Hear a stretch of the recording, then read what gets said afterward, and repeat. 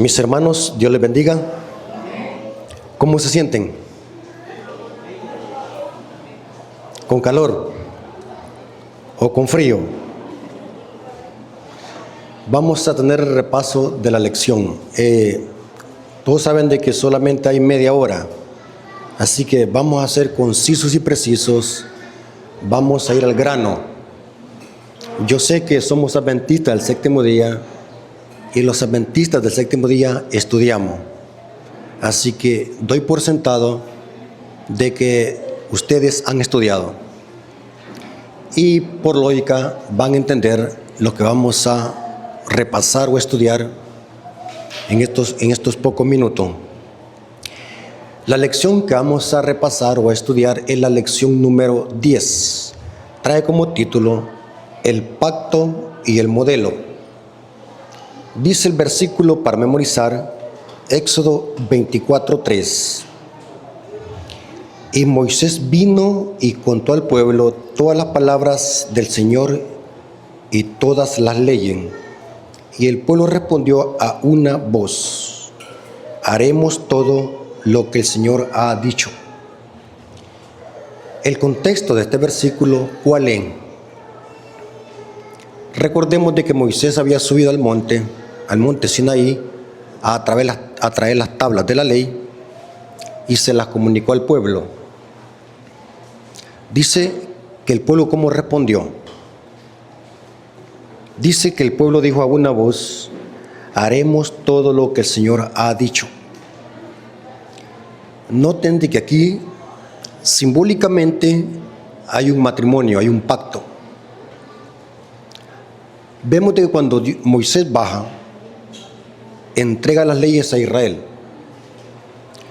Israel hace un pacto con Dios: sí obedeceremos. Vemos de que después que hubo, dice que mataron que corderos y hicieron holocaustos. Hermanos, cuando hay una fiesta de boda, ¿qué hay? Comida. Noten, hay un pacto, hay un matrimonio. El pueblo sacrifica corderos porque es una fiesta que iban a tener. Pero noten que se da un simbolismo de un matrimonio. Y dice que en el mismo momento el pueblo de Israel vio a quién. Dice que vieron que a Dios. Hermanos, ¿cuántos han estudiado la lección de escuela sabática? Levanten la mano.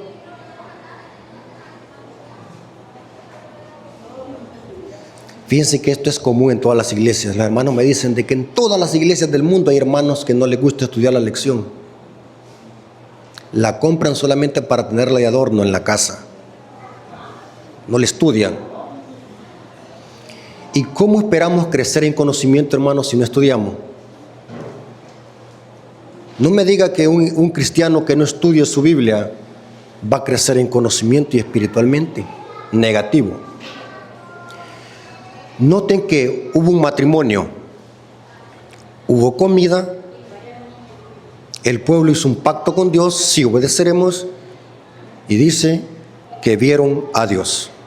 Pregunto, ¿alguien puede ver a Dios? ¿Quién fue el único que pudo ver a Dios? ¿Quién fue el único que pudo ver a Dios? Piensen, hermanos. La cabeza es para pensar. Les voy a dar una pista. Dios lo puso a dormir y del costado de él sacó una mujer. Y cuando despertó, ¿qué es lo primero que vio? ¿Verdad que vio a Eva? No, a Dios. ¿Quiénes más ven el rostro de Dios cara a cara? ¿Quién más aparte de Adán? Los ángeles, dijo Cristo. Ahora, pero ¿cómo es que Israel pudo ver a Dios? ¿Cómo es que Moisés pudo hablar con Dios cara a cara? Les explico.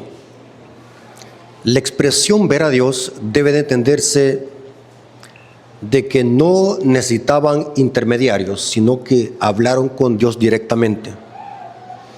Pero no es que miraban a Dios directamente, porque si alguien mira a Dios con nuestra condición caída, ¿qué pasará? Morimos. Dice la Biblia que Dios se comunicaba con el pueblo a través de una ¿qué? A través de una ¿qué? Los hermanos que ven la lección de escuela sabática que doy en mi canal de YouTube aprenden, salen de la ignorancia. Yo explicaba de que aunque Dios se comunicaba con el pueblo de Israel directamente, lo hacía a través de una ¿qué? ¿Verdad que no estudiamos? Eso está en la Biblia. ¿Algún hermano que me lo pueda decir? A través de una nube. O sea, la gloria de Dios lo ocultaba detrás de una nube. ¿Pero por qué Dios se ocultaba detrás de una nube? ¿Para qué? Para proteger ¿qué? Al pueblo. Porque si el pueblo lo miraba directamente, ¿qué iba a pasar? Moría. ¿Qué pasó con Nadab y Abiú? ¿Qué pasó con Nadab y Abiú?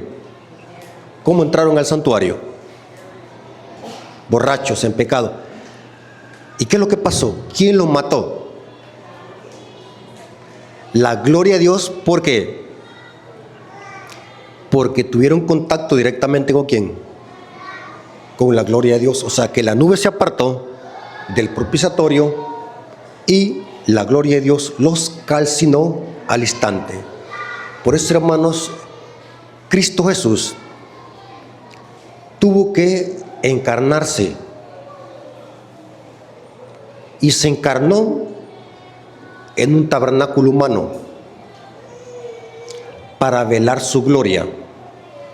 Porque ¿qué hubiese pasado si Cristo hubiese venido con toda su gloria? En lugar de venir a salvarnos, ¿qué hubiese pasado? Nos hubiese ¿qué? Destruido. Ahora, vemos de que el sacrificio de corderos que se hizo era una ratificación del pacto. ¿Qué es ratificación? Es una confirmación del pacto. Noten que hay un pacto acá, un pacto idéntico a lo que se hace en un matrimonio. O sea que lo que hubo en las faldas del monte Sinaí fue un matrimonio, hablando simbólicamente. Hubo comida, vieron a Dios, vieron a su esposo espiritual, hubo un pacto, el pueblo se comprometió a obedecer ese pacto. Ahora vamos a ver lo siguiente. ¿Cuántos creen de que el pueblo de Israel era mentiroso en el sentido cuando dijo sí obedeceremos? ¿Estaban diciendo la verdad o la mentira? ¿Cuántos creen de que Israel estaba diciendo la verdad? Porque ellos contestaron, cuando Moisés bajó y les entregó las leyes a Israel, el pueblo respondió a una voz, sí obedeceremos. La pregunta que le estoy haciendo es la siguiente: ¿Israel estaba diciendo la verdad o mentira? Sí dijo la verdad. Estaban diciéndolo de corazón, sí obedeceremos. Aquí va la pregunta del $1.000.000.000. ¿Quieren ganarse el $1.000.000.000?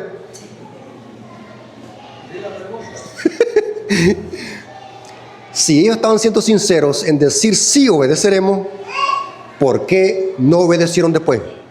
Yo hacía la pregunta: ¿por qué el pueblo de Israel, aunque dijo la verdad, se comprometió a obedecer, por qué no obedeció?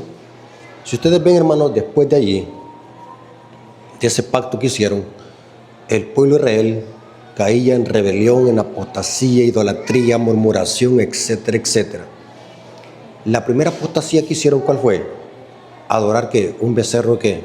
De oro, al instante. Ahora, ¿saben, hermanos, que los seres humanos tienen un problema grave? Tenemos un problema grave. Y es como decían los hermanos, que confiamos en nuestra propia fuerza. Confiamos en nuestro yo. Y los hermanos ponían el ejemplo de que cuando los bautizamos nosotros, El pastor los hace un voto bautismal, decimos prometemos esto, levantamos la mano. ¿Y qué es lo que hacemos la mayoría? ¿Qué es lo que hacemos? Quebrantamos ese voto. Los vamos de la iglesia, andamos en el mundo, idéntico al pueblo de Israel. Hermanos, la Biblia dice que nosotros somos gusanos, somos una llaga podrida, somos una podredumbre. No hay nada bueno en nosotros, nada. Desde la planta de los pies hasta la cabeza somos una podrida llaga. Entonces Dios, viendo nuestra condición, ¿qué es lo que hace en nosotros? ¿Qué es lo que hace en nosotros? Dios hace un milagro. ¿Cuál es ese milagro? Que para capacitarnos para poder obedecer sus leyes, ¿qué nos da Dios? Su Espíritu Santo. Noten cómo dice el libro de Ezequiel. El libro de Ezequiel, ahí está en el capítulo 36, versículos 26 al 29. Hermanos y amigos que están acá, el ser humano por sí mismo no puede hacer nada. ¿Estamos de acuerdo? Nada. Cristo dijo en Juan capítulo 15, versículo 1 al 5, dice, sin mí no podéis hacer ¿qué? Nada. Si usted dice que puede hacer algo,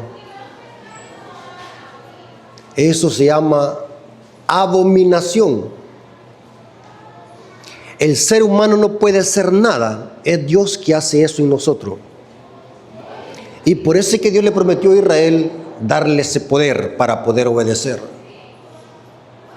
Dios sabía que el pueblo de Israel, en su debilidad, no iba a poder obedecer las leyes que había Él dado. Así que Dios iba a capacitar a Israel para que Israel pudiese obedecer la ley de Dios. La pregunta es, ¿por qué entonces si Dios dio todas las herramientas a Israel para poder obedecer, no obedeció? Saben de que hay algo que Dios nos da a los seres humanos, a los hijos de Dios. Dios nos da algo que se llama como libre albedrío. Pero Israel tenía todas las herramientas para poder obedecer la ley de Dios. Pero ¿qué es lo que pasó con Israel? No quiso. Noten cómo estos versículos presentan cómo Dios lo hace en nosotros. No es el hombre, sino que Dios. Ezequiel 36, versículos 26 al 29. Y os daré un corazón nuevo y pondré espíritu nuevo dentro de vosotros. Y quitaré de vuestra carne el corazón de piedra. Y os daré un corazón ¿de qué? De carne. ¿Quién va a hacer eso? Noten que aquí está diciendo, yo lo haré, yo lo haré. Y pondré dentro de vosotros mi espíritu. ¿Para qué? Y haré que andéis en mis estatutos y guardéis mis preceptos y los pongáis por obra. Habitaréis en la tierra que di a vuestros padres y vosotros seréis por pueblo y yo seré a vosotros por Dios. Y os guardaré de todas vuestras inmundicias y llamaré al trigo y lo multiplicaré y no os daré hambre. ¿Quién iba a hacer eso? Dios. Dios iba a capacitar al pueblo para poder obedecer ese pacto. El problema fue de que Israel no quiso. Hermano, los voy a confrontar. Saben de que la iglesia adventista tiene 28 creencias y 6 doctrinas. Preciosas creencias y doctrina. El defecto está en nosotros, no en la doctrina. Tenemos un mensaje precioso que ninguna iglesia lo tiene. El problema está ¿qué? En nosotros que no queremos obedecer. Dígame usted, ¿qué iglesia tiene un mensaje idéntico a la iglesia adventista? Ninguno. Yo siempre he dicho que el mensaje de la iglesia adventista es perfecto. El defectuoso, ¿quién es? El hombre. Saben de que aún en la iglesia adventista hay hermanos que están confundidos. No comprenden las creencias y doctrinas de la iglesia. Y son parte de la iglesia adventista. Pregunto, ¿por qué Israel tenía que obedecer la ley? ¿Para ser salvo o porque ya había sido salvo? ¿Verdad que cuántos captaron en el aire la pregunta? ¿Por qué Israel tenía que obedecer esa ley que Dios daba ahora? ¿Para salvarse o porque ya había sido salvo? ¿De dónde fue sacado Israel? ¿Qué hizo Israel para salir de Egipto? Nada. ¿Cómo se llama eso? Gracia. En la escatología se le conoce como justificación por la fe. Noten, Dios liberta a Israel, ahora le da leyes para que los obedezca. Le da su espíritu para capacitar a Israel. Entonces la pregunta es, los adventistas del séptimo día, ¿por qué obedecemos la ley de Dios y el sábado? ¿Para salvarnos o porque ya somos salvos en Cristo? Contesten, hermanos. ¿Saben de que hay hermanos adventistas que creen de que la ley tiene poder para salvarnos? Hermanos que están dentro de la iglesia y predican esa falsa doctrina. Salvación por obra y salvación por ley. Gracia. Gracia en el idioma bíblico es el don inmerecido que no te mereces vos ni yo. Gracia. Por ejemplo, cuando alguien nos da un tomate, ¿cómo le decía a la gente? Gracia. Pero en el contexto bíblico la gracia es el don inmerecido que no lo merecemos. ¿Qué es lo que nos merecemos nosotros bíblicamente? Según lo que dice la Biblia. No penséis en mí. Según la Biblia, ¿qué es lo que nos merecemos? La muerte eterna. ¿Por qué? Porque hemos pecado. Fíjense, hermano, que yo estaba explicando de que nada de lo que hacemos los predicadores haya algo por qué vanagloriarnos. Los pies para venir de la casa para acá, ¿quién me los dio? Dios. La boca para predicar, ¿quién me la dio? Los ojos para ver en este momento, ¿quién me los dio? El carro que usted tiene para venir a la iglesia, ¿quién se lo dio? Esa camisa rota que anda, ¿quién se la dio?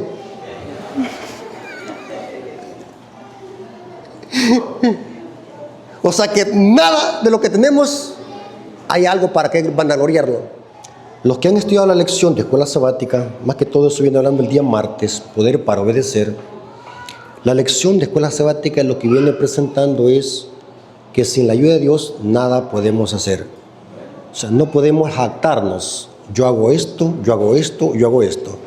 Porque no hay nada bueno en nosotros, dije yo eso. Les voy a leer lo que dice la lección. La ayuda no viene dentro de nosotros, viene del exterior. Nuestro exterior a fin de capacitarnos para hacer lo que Dios exige. Esta es obra suya, hablando de Dios. Ahora, una doctrina falsa nos va a llevar a que actuemos y pensemos falsamente. Yo les explicaba, los evangélicos de afuera acusan a la iglesia adventista de que nosotros predicamos salvación por ley. Eso los acusan ellos.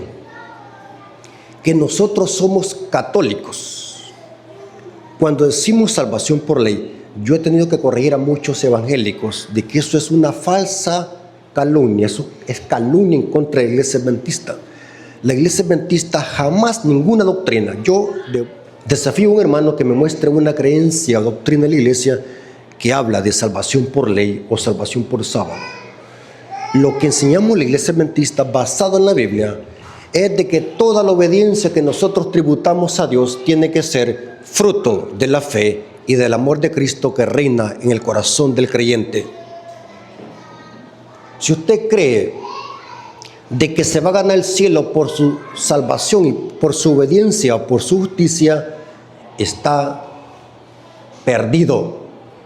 Noten, por eso es que dice el hermano Elena de White, es importante que como adventistas tengamos una fe sana, una fe pura. Inclusive, ni la fe que nosotros ejercemos es de nosotros. Dice que es un don de ¿quién? De Dios. O sea, todo es de Dios. Pregunto, ¿por qué estamos aquí, hermano? A mí nadie me trajo a la fuerza. Yo vengo aquí de buena voluntad. Yo vengo aquí porque me siento feliz venir aquí a alabar a Dios y venir a congregarme con ustedes. Cuando la obediencia nace por amor, es natural. Toda obediencia que es forzada no viene de Dios. El quien fuerza es el diablo, dice el Espíritu por sí. La verdadera obediencia es aquella obediencia que nace por amor. ¿Qué es lo que dijo Cristo? Si me amáis, guarda ¿qué? Mi mandamiento. Ahora, es interesante que en este acontecimiento, en este contexto, Dios le dio a Israel que construyesen el santuario. Hermanos, ¿cuántos han oído hablar acerca del tabernáculo? ¿Qué es lo que tengo atrás de mis espaldas en el mural? ¿Qué es lo que hay? ¿Alguien me puede decir? ¿Qué es lo que hay pintado en la pared? El santuario. ¿Por qué Dios dio el santuario? ¿Cuántos han leído lo que la Biblia enseña sobre el santuario? ¿Cuál era el plan de Dios con Israel? Pregunto, hermanos, ¿Dios habita en un santuario? ¿En un santuario hecho por manos de hombre? ¿Verdad que Dios le dijo a Moisés, hazme un santuario porque quiero vivir allí para no quemarme del sol o de las inclemencias del tiempo? ¿Verdad que Dios vive en un santuario? Así como nosotros vivimos en una casa. ¿Por qué Dios dio el santuario? ¿Qué dice el versículo bíblico que está ahí arriba? Y me hará un santuario para habitar ¿dónde? En medio de ellos. O sea que el santuario, esa carpa, ¿para qué iba a ser? Un medio para alcanzar ¿a quién? A Israel. ¿A quién simboliza el santuario? ¿A quién simboliza el santuario? Dice el profeta Isaías, creo que eso está en el Isaías 58:1, creo que ahí está. No había parecer ni hermosura en él. O sea que la belleza de Cristo no estaba por fuera, tampoco era feo hablando físicamente. Pero lo que quiere presentar Isaías, de que la belleza de Cristo, la gloria de Cristo estaba por dentro. ¿Saben qué es lo que dice el Espíritu por sí? Que esta carpa por fuera parecía bien sencilla. ¿Ven? Pieles de tejones allá arriba, pieles de cabra. La mayoría del utensilio estaba hecho de madera y cubierto de oro. O sea, no era un santuario tan espléndido como el que hizo Salomón después. El que hizo Salomón era una maravilla del mundo. Pero dice el Espíritu por sí que la belleza de esta carpa era por dentro. Dice que era una gran maravilla. Cuando se entraba adentro, brillaba. Dice que la luz del candelabro reflejaba en el velo, en los velos, en el altar en el candelabro de oro, en el altar del incienso. Era una preciosura por dentro. Así era Cristo. Su gloria estaba por dentro, revestida de un tabernáculo humano. El plan de Dios era que el santuario fuese un medio para alcanzar a Israel, no para vivir allí, porque Dios no vive en templos hechos de ¿qué? De manos de hombre. Saben de que yo explicaba en la lección que doy en mi canal sobre esto, porque a un adventista que tienen años de estar aquí en la iglesia tiene un concepto erróneo. Tenemos cosas de que las traemos de la iglesia católica. Noten que nos hemos bautizado en la iglesia adventista, pero aún tenemos conceptos católicos romanos. Pregunto, ¿cuántos creen de que Dios vive aquí en estas cuatro paredes? ¿Verdad que cuando nos vamos para la casa a comer sopa de frijoles, verdad que aquí Dios se queda viviendo? y en la tarde cuando venimos nos encontramos otra vez con Él. Dios vive aquí en estas cuatro paredes. ¿Qué es lo que dice la lección? La lección dice: el Dios que hizo el mundo y todo lo que hay en él, que es el Señor del cielo y la tierra, no habita en templos hechos por manos humanas. O sea que Dios no vive acá. ¿Cuándo es que Dios se hace presente? Yo explicaba en un tema de que Dios se hace presente ¿cuándo? ¿Cuándo es que está Dios aquí? Hermanos, ¿ustedes están escuchando lo que estoy diciendo? Cuando se reúne el pueblo de Dios y se congrega. Pregunto, ¿qué pasará si un terremoto destruyera este edificio? Y decimos nosotros, vamos a ir a reunirlos debajo de un puente, allá del puente El Burro. Pregunto, ¿allá va a estar Dios con nosotros? ¿O se quedó aquí? ¿Por qué? Exacto, eso quería enseñar yo. Porque según la lección y según la Biblia, el santuario no era para habitar Dios allí, sino para habitar en medio de ¿dónde? De su pueblo. Entonces, ¿Dios vive dónde? ¿En qué lugares? ¿En qué lugar vive Dios? En dos. En el santuario celestial, donde tiene su trono, eso dice Apocalipsis. Y espiritualmente, ¿dónde vive? Vosotros sois ¿qué? Templo del Espíritu Santo. Ahora, explico algo. El santuario que edificó Moisés era una figura ¿de qué? Del celestial. ¿Estamos de acuerdo? ¿Qué era lo que quería enseñar Dios a través del santuario? A través de esta carpa. ¿Qué quería enseñar Dios? ¿El plan de qué? De salvación. Noten que las iglesias evangélicas, aunque predican de salvación, pero solamente se quedan aquí, en la cruz. Somos salvos por gracia, dicen ellos. Claro, nosotros creemos eso, que somos salvos por gracia, igual que los evangélicos. Creemos de que somos salvos por gracia, pero ellos se quedan aquí. Pero cuando vemos el santuario, vamos a ver de que el santuario nos presenta la salvación, pero a través de un ¿qué? Proceso. Cristo nos salva, pero a través de un proceso. Lástima que ya tengo. ¿Me regala 5 minutos, hermano? ¿Quién es el hermano? 5 minutos más. Estos temas es de estudiarlos bien. Mire, hermano. El santuario, ¿cuántos lugares tenía? ¿Cuántos lugares tenía? Saben de que yo recién entré a la iglesia porque yo he escuchado a muchos predicadores, pero siempre hay uno que me gusta más y que es más profundo que otro. Yo escucho muchos predicadores, para mí va.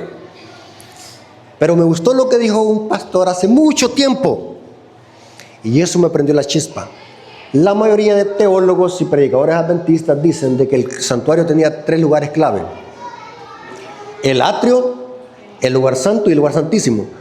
Pero escuchando a otro teólogo me impactó lo que dijo, que el santuario tenía 4 lugares claves, porque se incluye el campamento.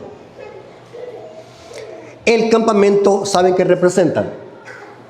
La encarnación de Cristo, su humanidad. El verbo se hizo carne. O sea, Cristo, antes de ir a la cruz, al atrio, ¿por dónde pasó? Por el campamento. Su humanidad. O sea, los predicadores o los maestros o teólogos que empiezan a contar el santuario desde el atrio, pasan por alto la encarnación de Cristo y su humanidad, nuestro ejemplo. O sea, el atrio y el campamento están estrechamente unidos. Saben de que el santuario, la carpa, era una copia del celestial. Inclusive dice Elena de White, y eso lo corrobora Éxodo 25:9, de que Dios lo que le mostró a Moisés fue una maqueta, un tadmit, un modelo, un diseño del santuario celestial. Pero es interesante que el santuario celestial no tiene atrio ni campamento.